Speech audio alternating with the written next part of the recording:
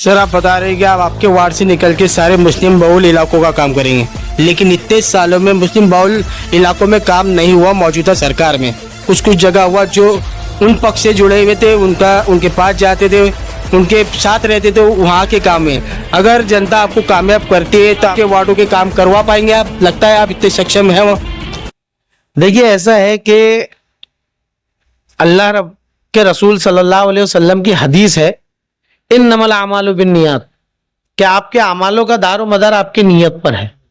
अगर मेरी नीयत साफ है और मेरी नीयत सच्ची है तो मेरा अल्लाह भी जो है तो मेरी उसमें मदद करेगा और काम करवा के आना चाहिए। ठीक है, हमारे सीनियर बहुत सारे लोग जो है तो भुसावल से नगर पालिका में गए, लेकिन गूंगे और बहरे बनकर अगर बैठोगे तो आप खुद की सत्ता में भी काम नहीं कर सकते। जैसा भी आप कह रहे हैं कि भाई मुखालिफ लोगों की सत्ता के अंदर जो है तो हमारे एरिया के काम नहीं हुए, जो उनके साथ थे उनके काम हुए। तो जब हमारे इलाके के नगर अध्यक्ष थे, मुस्लिम नगर अध्यक्ष थे, जब हमारे इलाके के नगर सेवक थे, वो सत्ता में थे, उन्होंने तब भी कौन से काम कर लिए?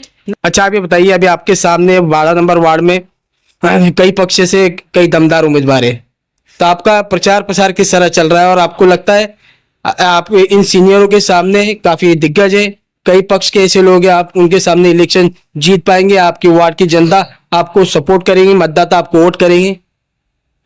ये मैंने कहा ना कि इन्नमल आमालु बिन्नियात, कि अमाल का दारो मदार नीयत पर है।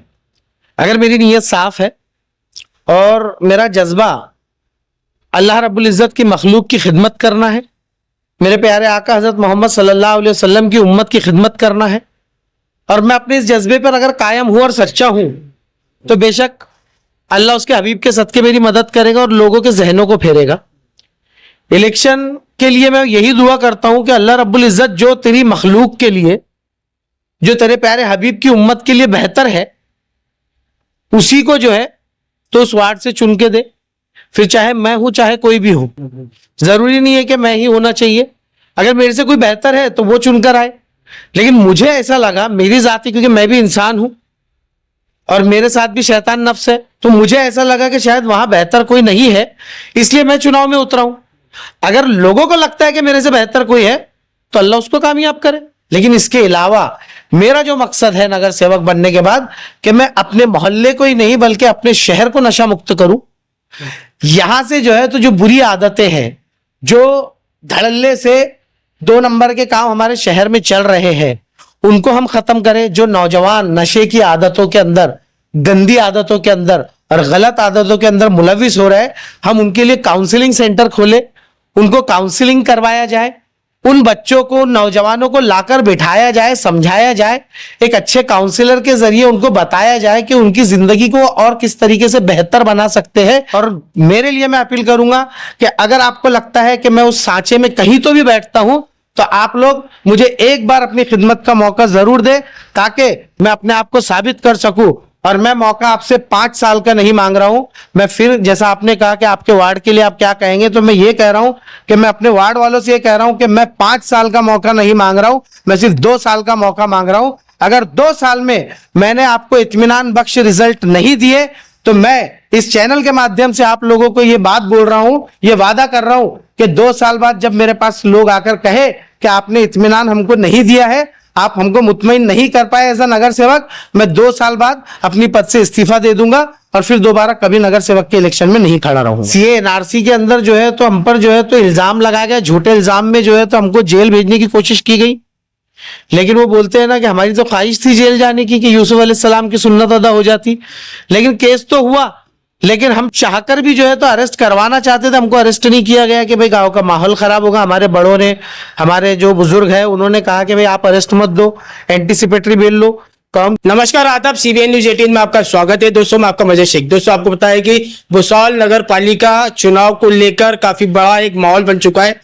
कुछ ऐसी राजनीतिक पार्टी जो है मैदान में उतरी है, हर पक्ष के लोग जो है मैदान में उतर के जो चुनाव लड़ रहे हैं। आज हमारे बीच में आप देख सकते हैं फिरोज रहमान शेख, जो कि एक ऐसे समाज सेवक है जो हमेशा से लोगों की मदद करते हुए नजर आते हैं। आज हमारे स्टूडियो में, और वो उनके वार्ड क्रमांक 12 से जो है उनका इलेक्शन लड़ रहे हैं। आज हमारे स्टूडियो में मौजूद है फिरोज रहमान शेख। सबसे पहले तो CBN न्यूज 18 के स्टूडियो में आपका बहुत बहुत स्वागत है। हमारा सबसे पहला सवाल, हमारा नहीं जनता का सवाल है, क्योंकि सिलेक्शन के शुरू होते से आप पे कई बार जो है आरोप प्रत्यारोप लगे और राजनीतिक दलों पे, पार्टियों पे आरोप लगते हैं। आप ये बताइए, आपने जो आपका राजनीतिक कैरियर एमआईएम पक्ष से शुरू किया, उसके बाद जो है आप प्रहार पार्टी में गए। प्रहार पार्टी में जाने के बाद भी आपने वहां पे आपकी किस्मत आजमाई, ऐसा लोग बोलते हैं, लेकिन आपने वहां से निकलकर जो है एक और पक्ष जो संतोष चौधरी उनके पास गए। लेकिन अब जो है 2025 का चुनाव है नगर पालिका का, लेकिन आप एक अलग पक्ष से जो है कांग्रेस पक्ष से चुनाव लड़ते हुए नजर आ रहे हैं। लोगों के दिल में, जहन में ये सवाल है कि आपने 9 साल के आप रहते हैं, आपके राजनीतिक कैरियर में आपने जो है 4 पक्ष की चेंज किए, क्या बोलना चाहोगे आप? जी, सबसे पहले तो अस्सलाम वालेकुम रहमतुल्लाहि वबरकातुहू। और मैं सीबीएन न्यूज़ का जो है तो शुक्रिया अदा करता हूं कि आपने मुझे यहाँ पर बुलाया है और मुझे जो है तो ये अपनी बात रखने का मौका दिया है। और मैं शुक्रगुजार हूँ आपका इस बात के लिए भी कि जो सवाल आपने पूछा है, मैं खुद जो है तो मेरे कानों पे ये अफवाहें आ रही थी, तो मैं खुद भी जो है तो इसका जवाब देना चाह रहा था। तो मैं आपके चैनल के माध्यम से, इसके जरिए से जो है तो इस बात का जवाब देना चाहता हूँ कि सबसे पहले तो देखिए कि पिछले 9 साल में जो है तो मैं सिर्फ तीसरी पार्टी है जिसमें मैं कांग्रेस में हूं। और मैं समझता हूं कि पक्ष बदलने वाला मैं दुनिया का कोई पहला या आखिरी आदमी तो नहीं हूं। बहुत सारे लोगों ने पक्ष बदले हैं, और अगर पक्ष बदलने की बात आप करेंगे तो मैंने किसी वजूहात की बिना पर जो है तो पक्षों को बदला है। और हर वक्त मेरा बदलने का मकसद सिर्फ और सिर्फ मेरी कौम की खिदमत और मेरे प्यारे हबीब हजरत मोहम्मद सल्लल्लाहु अलैहि वसल्लम की उम्मत की खिदमत का ही मकसद रहा है। और उन लोगों के लिए कुछ कर सकूं, इसी मकसद से जो है तो मैंने पक्षों को बदला है। वो क्यों, क्या मैं बताऊंगा आपको। लेकिन लोग मुझ पर सवाल उठाते हैं कि पिछले 9 साल में मेरा ये तीसरा पक्ष है जिससे मैं इलेक्शन लड़ रहा हूं, कांग्रेस पार्टी। लेकिन लोग उन लोगों को क्यों नहीं देखते कि जो रातों रात, मतलब अगर आप देखेंगे कि चुनावी माहौल जब से गरमाया भुसावल नगर पालिका का, तो वहां से जो है तो मतलब लोगों ने जो है तो बिल्कुल ऐसा फुदकियां मारे, इधर से उधर, उधर से इधर, उनके ऊपर कोई सवाल नहीं उठाता। वो लोग जो है तो शरीफ हरीफ बनकर जो है तो घूम रहे हैं। हमारे साथ में जो है तो ऐसे लोग भी है भुसावल शहर में या मेरे आसपास के वार्ड में, आप देखेंगे कि जो कल तक के जिनको गालियां देते थे, माँ बहन की गालियां देने वाले, आज वो उनके पक्ष से चुनाव लड़ रहे हैं। जो कभी जो है तो अपने आप को अपक्ष चुनाव लड़ना पसंद करते थे मगर किसी पक्ष में जाना पसंद नहीं करते थे, आज ऐसे लोग भी जो है तो पक्षों के चिन्ह लेकर चुनाव लड़ रहे हैं। तो अगर मेरे जैसा एक छोटा कार्यकर्ता, एक छोटा खादिम मिल्लत अगर कौम की खिदमत के जज्बे से अगर पार्टी बदलता है तो मैं समझता हूं उसमें कोई दो राय नहीं है। अब रही बात कि मैंने क्यों बदला, तो उसका सिंपल सा जवाब है सर कि मैंने अपना सियासी करियर, अपना सियासी सफर मजलिस इत्तेहादुल मुस्लिमीन एमआईएम पक्ष से चालू किया था। और एमआईएम पार्टी चूंकि मैंने इसलिए ज्वाइन किया था कि मैं बैरिस्टर असदुद्दीन ओवैसी और अकबरुद्दीन ओवैसी साहब को काफी मानता था, बल्कि मानता हूं कि आज हिंदुस्तान के में जो है तो एक बेस्ट नेता अगर हम बोल सकते हैं तो उन बेस्ट नेताओं में एक नेता जो है तो बैरिस्टर असदुद्दीन ओवैसी साहब भी है, कि जो कौम की, मिल्लत की और हिंदुस्तान भर के जो है तो दबे पिछड़े लोगों की बात करते हैं। तो ऐसे लोगों का जो है तो मैं कभी भी इज्जत करता हूं और असद साहब की इज्जत मेरे दिल में है। आज हमारे नेता राहुल गांधी जी भी जो है तो वो दबे पिछड़ों की बात करते हैं, है ना, वोट चोरी पर बात कर रहे हैं, एजुकेटेड पर्सन है ना, तो वो बात करते हैं। तो वो भी एक अच्छे नेता हमारे जो है जिसके साथ हम आज जुड़े हुए हैं। तो एमआईएम में रहने के बाद, जब मैं एमआईएम से 5 साल 6 साल में एमआईएम में रहने के बाद एमआईएम छोड़ने की वजह ये थी कि मेरे साथ कुछ नाइंसाफियां हुई थी नीचे के लेवल पे, मतलब असद साहब तक के शायद वो बात नहीं पहुंची है और हम इतने छोटे कार्यकर्ता थे कि हमारी बात वहां तक पहुंच नहीं पाई, तो मजबूरन हमको पार्टी छोड़ना पड़ी। और हमने जो है तो यहाँ पर प्रहार जनशक्ति पार्टी में मैं जुड़ा, बल्कि मैं समझता हूँ कि मुझे वहां बुलाया गया था कि जब उनको पता चला कि भाई मेरी एमआईएम से नाराजगी चल रही है और मैंने पक्ष का इस्तीफा दे चुका था, तो मुझे इस्तीफा देने के तुरंत बाद जो है तो बुलावा आया।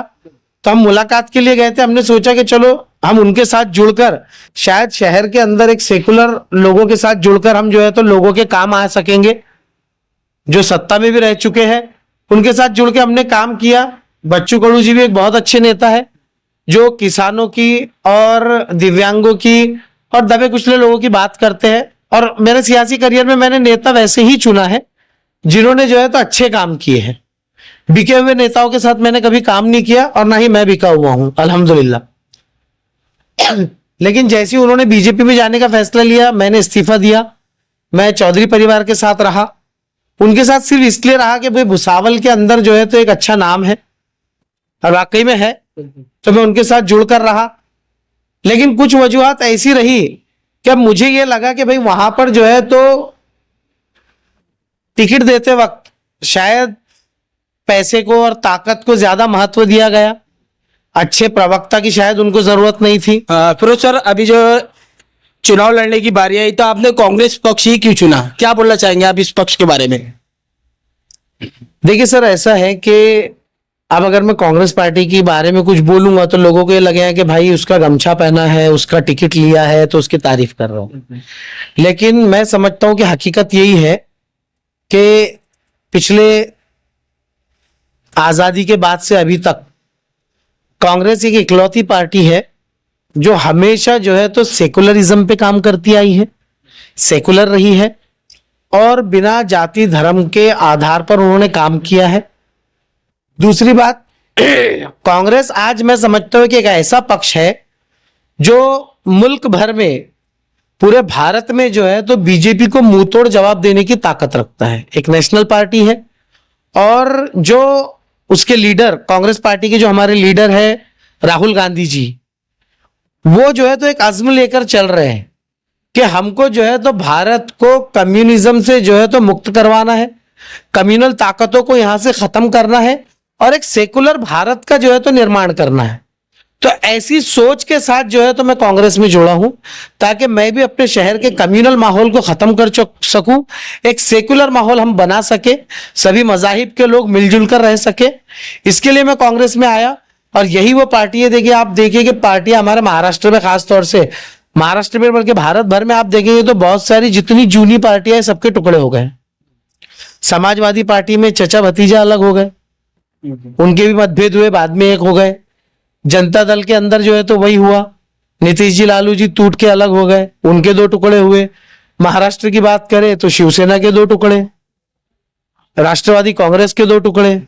लेकिन एक कांग्रेस ही वाहिद पार्टी है पुरानी पार्टियों में जिसके दो टुकड़े नहीं हुए और यहाँ के लोग निष्ठावान हैं। यही सोच के साथ मैं कांग्रेस के साथ जुड़ा हूं कि एक सेकुलर पक्ष के साथ और राहुल जी के जो है तो नेतृत्व में जो है तो हम भारत को जो है तो एक सेकुलर मुल्क फिर से बनाएंगे और फिर से सोने की चिड़िया बनाएंगे। इसी उद्देश्य के साथ मैं कांग्रेस के साथ। सर, लेकिन संतोष चौधरी जो है उनकी पत्रकार परिषद में हर बार ये बोलते हुए आए कि हमें युवा जो है उम्मीदवार चाहिए और आप ऐसे युवा उम्मीदवार है, आप पढ़े लिखे उम्मीदवार है, वही वहां पर जो आपके साथ में कुछ भेदभाव किया गया, आपका ऐसा बोलना है? जी, जाहिर तो वही है, क्योंकि अगर संतोष भाऊ चौधरी ने बोले हैं कि वो युवाओं को चांस देंगे और उन्होंने कहा था कि 70% युवाओं को चांस देंगे, तो मेरे ख्याल से उन्होंने शायद 70% का आंकड़ा तो नहीं किए, लेकिन 50-50 तक गया है। पुराने लोगों को और नजदीकी लोगों को ज्यादा चांस दिए गए। मैं ज्यादा उसकी डीप में नहीं जाऊंगा। और यहां पर जो है तो हमारे जैसे लोगों को, नौजवानों को जो है तो पीछे छोड़ा गया, इसलिए भी हमारी नाराजगी थी। हमारी नाराजगी जो है तो वो सियासी है, ठीक है, जाति नाराजगी मेरी किसी से नहीं है। मेरी जाति नाराजगी अगर आप बोलेंगे तो मैं जिनके मुखालिफ इलेक्शन लड़ रहा हूं, मेरी जाति नाराजगी उनसे भी नहीं है, क्योंकि कोई मेरा बड़ा भाई है तो कोई मेरा छोटा भाई है, कोई मेरी बहन है, कोई मेरा मामू लगता है। सर, आप छोटे भाई बड़े भाई की बात कर रहे हो, लेकिन उनका भी काम था, आप युवा एक नेता हो, उन सीनियरों का काम था कि आपको सपोर्ट करना चाहिए था। अगर आप देख रहे हैं कि 12 नंबर वार्ड में कई सालों से काम नहीं हुआ, जिस तरह बताया जा रहा है कि एक 90% वहां पे काम कर दिया गया, लेकिन ऐसे दो मुख्य रोड है वो तकरीबन 40 साल से नहीं बने।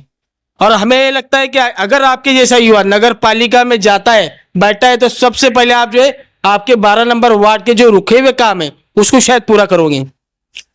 साहब, जैसा बोला गया है ना कि वहां के 90% काम हुए हैं, मैं समझता हूं, बल्कि जनता समझती है कि 90% काम नहीं हुए हैं। 10% काम हुए हैं और वो 90%, अब वो 10% काम करने के लिए 20 साल लग गए, तो आप अंदाजा लगाओ कि बचे हुए 90% करने के लिए मेरे ख्याल से अगले और 50-100 साल लग जाएंगे, तो शायद उनसे नहीं हो पाएगा। अब उनका काम था कि भाई उन्होंने जो है तो हमको मौका देना चाहिए था, हमारे सरों पर जो है तो शफकत का हाथ रखना चाहिए था। बट बहरहाल हम भी चुनाव के मैदान में हैं और हमारी इच्छा है कि हम जब भी इलेक्शन चुनकर आएंगे तो हम जो है तो सबसे पहले मुख्य रास्तों का ही काम करेंगे, क्योंकि आज सड़क पर चलना लोगों के लिए दुश्वार हो रहा है। और दूसरी बात कि मेरा मकसद, मैं यहां पर बता दूं, थोड़ा सा पॉइंट से हट के बात कर रहा हूं, कि मेरा मकसद चुनकर आने के बाद में सिर्फ मेरे अकेले वार्ड के लिए काम करना नहीं है, बल्कि मेरा पहला मकसद और मकसद आइन जो है वो ये है कि मैं मुस्लिम इलाके के हर वार्ड के लिए काम करूं। एक वार्ड से भले ही चुनकर आऊं, लेकिन मैं हर मुस्लिम इलाके के लिए काम करूं, ये मेरी ख्वाहिश है। और जितने भी मुस्लिम नगर सेवक किसी भी पार्टी के हो अगर चुनकर आते हैं तो हम मिलकर ये कोशिश करेंगे कि हम हमारे इलाकों को डेवलप करेंगे और हमारे लोगों की मूलभूत सुविधाओं को पूरा करने की कोशिश करेंगे, चाहे वो किसी भी वार्ड के हो। सर आप बता रहे हैं कि आप आपके वार्ड से निकल के सारे मुस्लिम बहुल इलाकों का काम करेंगे, लेकिन इतने सालों में मुस्लिम बहुल इलाकों में काम नहीं हुआ। मौजूदा सरकार में कुछ कुछ जगह हुआ, जो उन पक्ष से जुड़े हुए थे उनके पास जाते थे, उनके साथ रहते थे, वहां के काम में अगर जनता आपको कामयाब करती है तो आपको लगता है इसके वार्डों के काम करवा पाएंगे आप? लगता है आप इतने सक्षम हैं? वो देखिए ऐसा है कि अल्लाह रब के रसूल सल्लल्लाहु अलैहि वसल्लम की हदीस है, इन्नमल आमालु बिन्नियात, कि आपके अमालों का दारो मदार आपकी नीयत पर है। अगर मेरी नीयत साफ है और मेरी नीयत सच्ची है तो मेरा अल्लाह भी जो है तो मेरी उसमें मदद करेगा और काम करवा के आना चाहिए। ठीक है, हमारे सीनियर बहुत सारे लोग जो है तो भुसावल से नगर पालिका में गए, लेकिन गूंगे और बहरे बनकर अगर बैठोगे तो आप खुद की सत्ता में भी काम नहीं कर सकते। जैसा भी आप कह रहे हैं कि भाई मुखालिफ लोगों की सत्ता के अंदर जो है तो हमारे एरिया के काम नहीं हुए, जो उनके साथ थे उनके काम हुए। तो जब हमारे इलाके के नगर अध्यक्ष थे, मुस्लिम नगर अध्यक्ष थे, जब हमारे इलाके के नगर सेवक थे, वो सत्ता में थे, उन्होंने तब भी कौन से काम कर लिए? नहीं सर, हम उनका भी एक बयान है, उनका ये बोलना था कि हमें गुलाम बना के रख दिया गया था, हमें दबाया जाता था, हमारे काम नहीं होते थे। तो भाई अभी आपको गुलाम बना के रखे थे और आपको जो है तो दबाया जाता था, सत्ता में होने के बावजूद अगर आपके साथ ये भेदभाव होता तो फिर आपके शायद कोई राज उनके पास होंगे और आपको दबना पड़ता होगा। क्योंकि अगर आप दिल के साफ है, आप सच्चे हैं, तो ना आप किसी के गुलाम बनोगे ना आप किसी से दब के रहोगे। सत्ता में रहने के बाद तो आप काम जरूर करोगे। और मेरे वार्ड के अंदर की अगर मैं बात करूं तो पिछले इलेक्शन में जो हमारे बड़े भाई चुनकर आए थे वो उन्हीं के पुरस्कृत थे जिनकी सत्ता थी, तो फिर काम क्यों नहीं हुए? अच्छा आप ये बताइए, अभी आपके सामने 12 नंबर वार्ड में कई पक्ष से कई दमदार उम्मीदवार है, तो आपका प्रचार प्रसार किस तरह चल रहा है? और आपको लगता है आप इन सीनियरों के सामने काफी दिग्गज है, कई पक्ष के ऐसे लोग हैं, आप उनके सामने इलेक्शन जीत पाएंगे? आपकी वार्ड की जनता आपको सपोर्ट करेंगे, मतदाता आपको वोट करेंगे? ये मैंने कहा ना कि इन्नमल आमालु बिन्नियात, क्या अमाल का दारो मदार नीयत पर है। अगर मेरी नीयत साफ है और मेरा जज्बा अल्लाह रब्बुल इज़्ज़त की मखलूक की खिदमत करना है, मेरे प्यारे आका हज़रत मोहम्मद सल्लल्लाहु अलैहि वसल्लम की उम्मत की खिदमत करना है, और मैं अपने इस जज्बे पर अगर कायम हूं और सच्चा हूं, तो बेशक अल्लाह उसके हबीब के सदके मेरी मदद करेगा और लोगों के जहनों को फेरेगा। इलेक्शन के लिए मैं यही दुआ करता हूं कि अल्लाह रब्बुल इज़्ज़त जो तेरी मखलूक के लिए, जो तेरे प्यारे हबीब की उम्मत के लिए बेहतर है, उसी को जो है तो उस वार्ड से चुन के दे। फिर चाहे मैं हूं चाहे कोई भी हो, जरूरी नहीं है कि मैं ही होना चाहिए। अगर मेरे से कोई बेहतर है तो वो चुनकर आए, लेकिन मुझे ऐसा लगा मेरी जाति, क्योंकि मैं भी इंसान हूं और मेरे साथ भी शैतान नफ्स है, तो मुझे ऐसा लगा कि शायद वहां बेहतर कोई नहीं है, इसलिए मैं चुनाव में उतरा हूं। अगर लोगों को लगता है कि मेरे से बेहतर कोई है तो अल्लाह उसको कामयाब करे, अल्लाह लोगों के जहनों में उसका नाम डाले। और अगर मैं बेहतर हूं तो अल्लाह लोगों के जहनों को मेरे लिए खोल दे, क्योंकि मेरा मकसद तो सिर्फ लोगों की खिदमत करना है। और ये आपने देखा है कि हम नगर पालिका में नगर सेवक नहीं थे तब भी हमने लोगों के काम किए, हम जो है तो किसी पोजीशन पर नहीं थे तब भी हमने अवाम नास के लिए और हमारे जो है तो प्यारे आका सल्लल्लाहु अलैहि वसल्लम के जो है तो नामूस के लिए काम किए। सीए एनआरसी के अंदर जो है तो हम पर जो है तो इल्जाम लगाया गया, झूठे इल्जाम में जो है तो हमको जेल भेजने की कोशिश की गई। लेकिन वो बोलते हैं ना कि हमारी तो ख्वाहिश थी जेल जाने की कि यूसुफ अलैहिस्सलाम की सुन्नत अदा हो जाती। लेकिन केस तो हुआ, लेकिन हम चाहकर भी जो है तो अरेस्ट करवाना चाहते थे, हमको अरेस्ट नहीं किया गया कि भाई गांव का माहौल खराब होगा। हमारे बड़ों ने, हमारे जो बुजुर्ग हैं उन्होंने कहा कि भाई आप अरेस्ट मत दो, एंटीसिपेटरी बेल लो। कौम की खातिर हमने वो केसेस भी अपने आंख पर लिए, मतलब लिए इन द सेंस, मतलब हमने खुद जाकर नहीं लिए, हमको फंसाया गया। पुलिस द्वारा ही जो है तो हमको बुलाया गया कि भाई भीड़ कंट्रोल नहीं हो रही, इनको कंट्रोल करने को। और जब हम वहां पहुंचे तो हम पर गुनाह दाखिल कर दिया गया और उसकी वजह से काफी परेशानियां भी झेलनी पड़ी। कौम और मिल्लत के लिए हम हमेशा खड़े हुए हैं और इंशाल्लाह आगे भी खड़े रहेंगे। अल्लाह रब्बुल इज्जत हमको हिम्मत हौसला दे, लोगों का साथ, लोगों की मोहब्बत अगर साथ रही तो इंशाल्लाह और आगे जाएंगे और लोगों के लिए अच्छे काम करेंगे। जो काम हम आज तक करते आए हैं वो लोगों को बताएंगे और लोगों तक जाहिर है। बस अल्लाह से यही दुआ है कि अल्लाह जो तेरे मखलूक के लिए बेहतर है उसको कामयाब कर दे। सर एक बात और, आपके 12 नंबर वार्ड में हमने देखा है कि बच्चे नशे की तरफ ज्यादा जा रहे हैं और वहां पर नशे का कारोबार ज्यादा हो रहा है। अगर आपको जनता सफल करती है तो वहां पर आप कुछ रोक लगाने में मदद करेंगे या आप आगे बढ़कर आएंगे? सर देखिए, ऐसा है कि नशा जो है तो आज समाज का और खास तौर से मुस्लिम समाज का एक नासूर बन चुका है। और नशे को आम करने वाले कौन लोग हैं ये आप और हम बेहतर जानते हैं। उसको आम करने वाले भी हमारे ही अंदर के लोग हैं जो नशे को, बुरी आदतों को, बुरे शौकों को जो है तो आम कर रहे हैं, लोगों की हौसला अफजाइयां कर रहे हैं, उनकी मददें कर रहे हैं। हाँ ठीक है, कुछ नहीं होता। तो हमारा सबसे पहला मकसद, देखिए, नगर सेवक बनने के बाद में नालियां साफ करवाना, रोड बनवाना, पानी की मूलभूत सुविधाएं करना, ये तो बेसिक काम है। ये तो एक नगर सेवक ने करना ही चाहिए, बल्कि ये फर्ज है उस पर, और हम वो करेंगे। ये ना किए तो फिर नगर सेवक किस काम के? लेकिन एक नगर सेवक, मैं समझता हूं कि आज सिर्फ एक नगर सेवक नहीं होता है, बल्कि वो उस वार्ड का और उस वार्ड के रहने वाले हर इंसान का, चाहे वो किसी भी मजहब का हो, उसका रहबर होता है। और रहबर का काम होता है कि मेरे साथ चलने वाले लोग जिन्होंने मुझे रहबरी के लिए चुना है, मैं उनकी खिदमत कैसे करूं, उनको जो है तो उनके लिए अच्छे से अच्छा क्या करूं। तो ये बेसिक सुविधा है, लाइट, गटर, नालियां, रोड, ये बेसिक सुविधा है। ये तो हम करेंगे ही करेंगे, बल्कि हम छाती पे चढ़कर काम करवाएंगे, हम सत्ता में रहे चाहे ना रहे। ये काम हर नगर पालिका ने हर इलाके में करना चाहिए और उसको करवा के लेने की जिम्मेदारी नगर पालिका से नगर सेवक की होती है। लेकिन इसके अलावा मेरा जो मकसद है नगर सेवक बनने के बाद, कि मैं अपने मोहल्ले को ही नहीं बल्कि अपने शहर को नशा मुक्त करूं।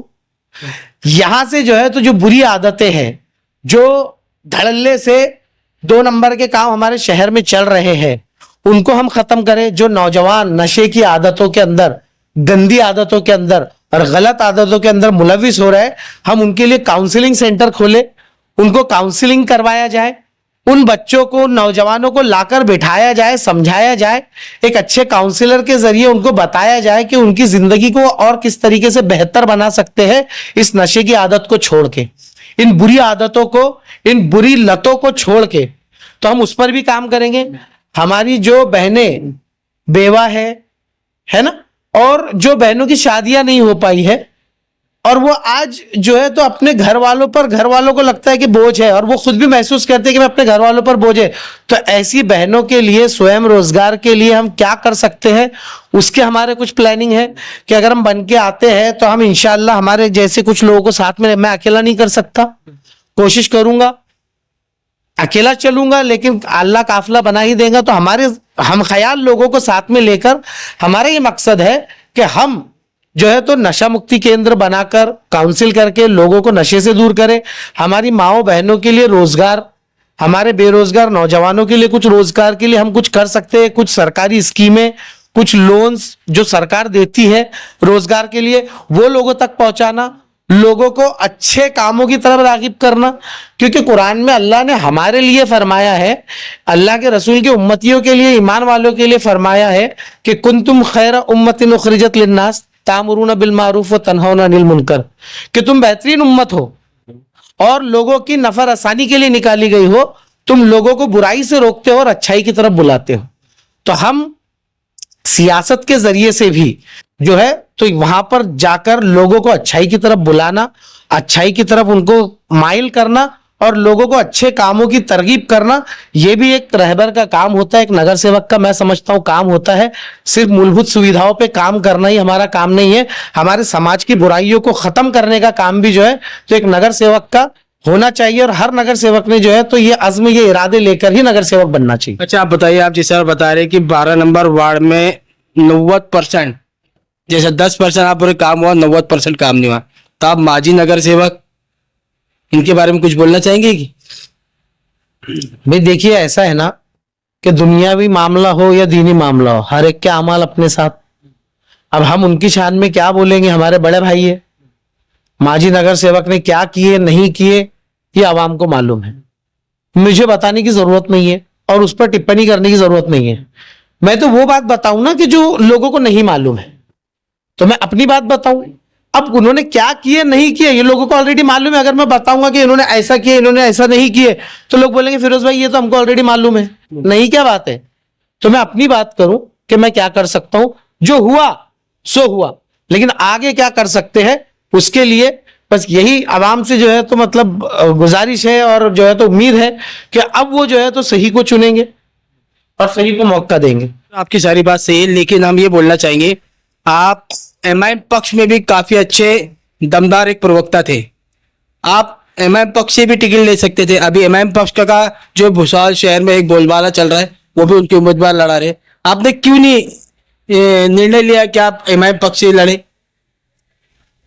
देखिए, मैं एमआईएम से भी चुनाव लड़ सकता था और मेरे को कोई रोक भी नहीं थी अल्हम्दुलिल्लाह, लेकिन कहीं तो भी मुझे ऐसा लगा कि लोगों में एमआईएम के प्रति एक जज्बा जो है तो पहले जैसा नहीं रहा।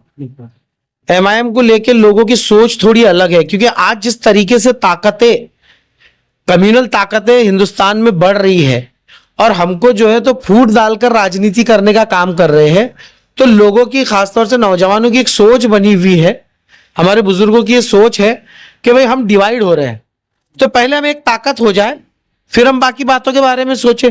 तो एक ताकत होने के लिए हमको एक बड़े मंडप की जरूरत है ना।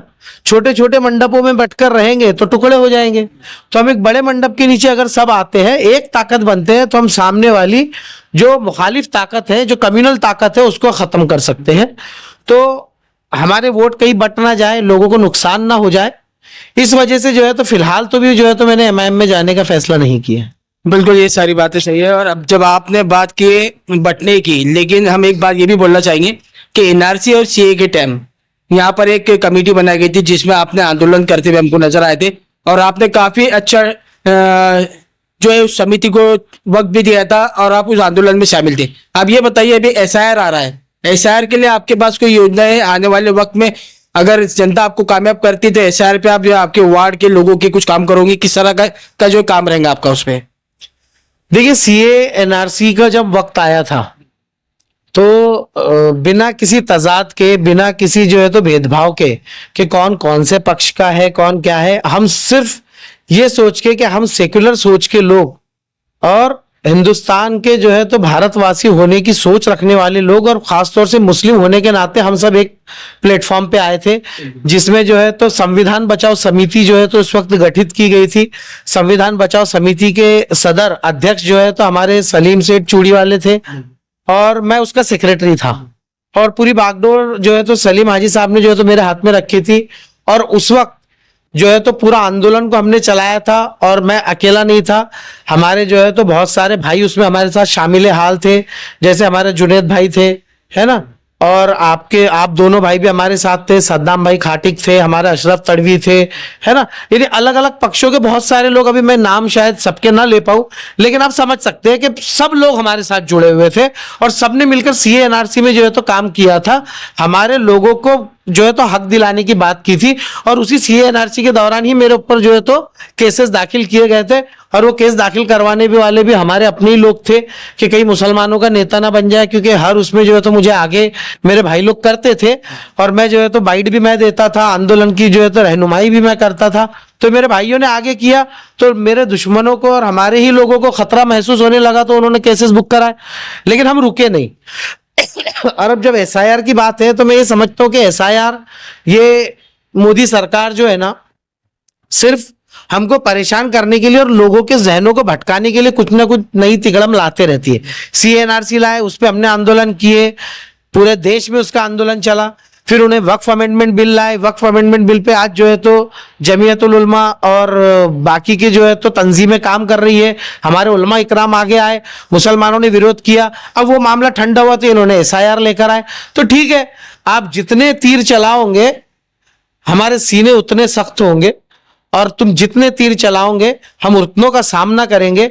SIR की अगर आप बात कर रहे हो तो 2002 की यादी अल्हम्दुलिल्लाह ऑलरेडी हम निकाल चुके हैं, है ना। अभी इलेक्शन का माहौल है, इलेक्शन खत्म हो जाते हैं तो SIR के मुतालिक हमारी जो है तो एक टीम हमने तैयार की है, जो खास तौर से हमारे इलाकों में, हमारे जो बेचारे मुस्लिम समाज में जो एजुकेशन की कमी है थोड़ी सी, अभी माशाल्लाह बहुत एजुकेशन बढ़ा है, लेकिन पुराने लोग बेचारे एजुकेटेड नहीं है, तो उनको, हमारी माँ बहनों को तकलीफ ना हो, हमारे भाइयों को तकलीफ ना हो, हमारे बुजुर्गों को तकलीफ ना हो, तो हम वो यादियां प्रभाग वाइज जो है तो डिवाइड करके हर मोहल्ले में एक एक जो है तो टेबल लगवाएंगे, जिसके अंदर जो है तो हमारे 4 से 5 लोगों की टीम रहेगी, जो हर मोहल्ले में काम करेंगी, लोगों को उनके वालिदैन के और उनके 2002 की यादी में नाम ढूंढने में मदद करेंगे। उससे रिलेटेड जो भी डॉक्यूमेंट उनके बनवाना है उसकी भी रहनुमाई की जाएंगी, और सरकार से अपने हक को कैसे लेना है उन बाकी चीजों की भी रहनुमाई इंशाल्लाह उसके लिए की जाएगी। बिल्कुल, आप देख सकते हैं फिरोज शेख ने SIR को लेकर भी काफी अच्छी बात कही। वो एक टीम गठित की है, और टीम गठित जो है हर मोहल्ले में पहुंच के और 2002 की यादी के साथ जो भी एक्स्ट्रा और डॉक्यूमेंट है उसकी भी पूर्ति की जाएगी। अच्छा, आखिरी सवाल, आप आपके 12 नंबर वार्ड के मतदाताओं को क्या मैसेज देना चाहेंगे, खास करके युवाओं को? युवा इस वक्त जो है जागरूक हो चुका है, युवा भी चाहता है कि बदलाव होना चाहिए। बदलाव इसके लिए होना चाहिए कि अपने शहर का, अपने गांव का और अपने वार्ड का विकास हो। मैं 12 नंबर वार्ड के मेरे सभी मतदाताओं से और मतदान करने वाले भाई बहनों से, मेरे बुजुर्गों से और खासकर नौजवानों से ये अपील करना चाहता हूं, और मेरी अपील सिर्फ 12 नंबर तक सीमित नहीं बल्कि भुसावल के हर इंसान से है, और खास तौर से मुस्लिम समाज से है कि वोट जरूर करें। वोट करना आपका अधिकार है, संविधान ने आपको हक दिया है, और जैसा हमारा ईमान है कि अल्लाह के सिवा करने वाली जात किसी के नहीं है, तो अगर वोट डालने का अधिकार हमको मिला है तो संविधान के जरिए से मिला है, लेकिन देने वाली जात अल्लाह की है।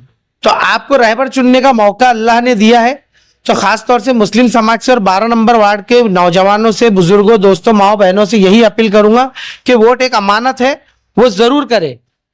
उसके बाद वोट उसको करे जिसको वोट करने के बाद कल कयामत के दिन अल्लाह रब्बुल इज्जत आपसे इसके बारे में जब सवाल करे तो आपको शर्मिंदा ना होना पड़े, क्योंकि वोट एक ऐसी अमानत है, एक ऐसा अधिकार है जो अल्लाह ने आपको दिया है आपके रहबर को चुनने का। तो आप अपना रहबर चुने, ऐसा रहबर चुने कि कल उसके लिए सवाल किया जाए तो आपको हश्र के मैदान में शर्मिंदा ना होना पड़े, क्योंकि अल्लाह रब्बुल इज्जत इसका भी सवाल करेगा कि मैंने तुमको अक्ल दी थी, है ना। इस्लाम में है कि 5 सवाल के बिना आदमी हश्र के मैदान से हिल भी नहीं सकता, जिसमें अकल का भी एक सवाल है कि हमने तुमको अक्ल दी थी, उसका कितना इस्तेमाल किया। तो वो अक्ल तुमने यहां पर अपना रहबर चुनने के लिए इस्तेमाल किया या नहीं किया, और मैंने तुमको रहबर चुनने का मौका दिया था तो तुमने कैसा रहबर चुना, इसका जवाब भी कल अल्लाह को देना है। तो अपना रहबर जरूर चुने, और ऐसा रहबर चुने जो आपके सुख दुख में ही नहीं बल्कि आपके अच्छे बुरे में खड़ा रहे, आपके मोहल्ले के साथ खड़ा रहे, आपकी गली के साथ खड़ा रहे, आपके बच्चों के मुस्तकबिल के बारे में सोचता हो, आपके बच्चों के रोजगार के बारे में सोचता हो, हमारी माँ बहनों की फलाह बहबूदी के बारे में सोचता हूं। ऐसे इंसान को आप जरूर वोट करें। और मेरे लिए मैं अपील करूंगा कि अगर आपको लगता है कि मैं उस सांचे में कहीं तो भी बैठता हूं तो आप लोग मुझे एक बार अपनी खिदमत का मौका जरूर दें, ताकि मैं अपने आप को साबित कर सकूं और मैं मौका आपसे 5 साल का नहीं मांग रहा हूं। मैं फिर जैसा आपने कहा कि आपके वार्ड के लिए आप क्या कहेंगे, तो मैं ये कह रहा हूं कि मैं अपने वार्ड वालों से ये कह रहा हूं कि मैं 5 साल का मौका नहीं मांग रहा हूं, मैं सिर्फ 2 साल का मौका मांग रहा हूं। अगर 2 साल में मैंने आपको इत्मीनान बख्श रिजल्ट नहीं दिए तो मैं इस चैनल के माध्यम से आप लोगों को ये बात बोल रहा हूं, ये वादा कर रहा हूं कि 2 साल बाद जब मेरे पास लोग आकर कहे कि आपने इत्मीनान हमको नहीं दिया है, आप हमको मुतमईन नहीं कर पाए एज अ नगर सेवक, मैं 2 साल बाद अपनी पद से इस्तीफा दे दूंगा और फिर दोबारा कभी नगर सेवक के इलेक्शन में नहीं खड़ा रहूंगा। बिल्कुल, आप देख सकते हैं ये थे हमारे बीच में फिरोज शेख, जिन्होंने अपने राजनीतिक सफर के बारे में बताया, जिन्होंने अपने वार्ड के बारे में बताया। और सबसे बड़ी बात जो है फिरोज शेख ने ये कर दी कि अगर 2 साल में अगर वो लोगों को मुतमईन नहीं करते तो वो उनके पद से, अगर जनता उन्हें सफल करती है और वो नगर सेवक बनते हैं तो वो उनके पद से जो इस्तीफा दे देगी। काफी जिस तरह उन्हें पक्ष में तकलीफें आई और उन्हें पक्ष बदलना पड़ा, उन्होंने उस पक्ष को लेकर सारी सफाई दी। आगे की जानकारी के लिए आप हमारे साथ इसी तरह बने रहिए और देखते रहिए CBA News 18। नमस्कार।